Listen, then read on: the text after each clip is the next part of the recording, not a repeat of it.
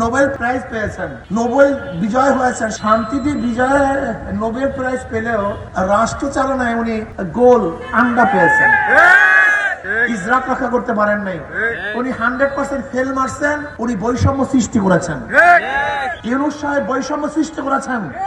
ওনার দরকার ছিল ওনার পরিষদ দিয়ে বিদেশে সফর করা, উনি রাজনৈতিক কিছু দলকে নিয়ে বিদেশ সফর করেছেন, তার মানে অন্যান্য দলকে দাগগুলি দেখিয়েছেন, উনি বৈষম্য করেছেন। উনি এখন আর বৈষম্যহীন নয়, উনি নিরপেক্ষ নয়, উনি অনেক বড় শিক্ষিত, নোবেল প্রাইজ পেয়েছেন, নোবেল বিজয় হয়েছেন শান্তিতে। আমি বুঝি নির্মাণের শিল্প, সালাম স্টিল বোঝে ডিউরেবিলিটি। সালাম স্টিল, মোস্ট ডিউরেবল স্টিল। শান্তিতে বিজয় নোবেল প্রাইজ পেলেও রাষ্ট্র চালনায় উনি গোল আন্ডা পেয়েছেন, উনি জিরো পেয়েছেন, উনি নিরপেক্ষতা রক্ষা করতে পারেন নাই, মারাত্মক ভুল করেছেন উনি। আর কিছু বিয়াকুব জরিপ দালাল জরিপ দেয়, অমুকের এত পার্সেন্ট ভোট, অমুকের এত পার্সেন্ট ভোট, ইসলামী আন্দোলনের কোনো ভোটই নেই, তার মানে কোনো পার্সেন্টেজ নেই, তার মানে এই জরিপগুলি সব ফালতু, এগুলো সব দালালদের জরিপ। ইসলামী আন্দোলন বাংলাদেশ কি চায়?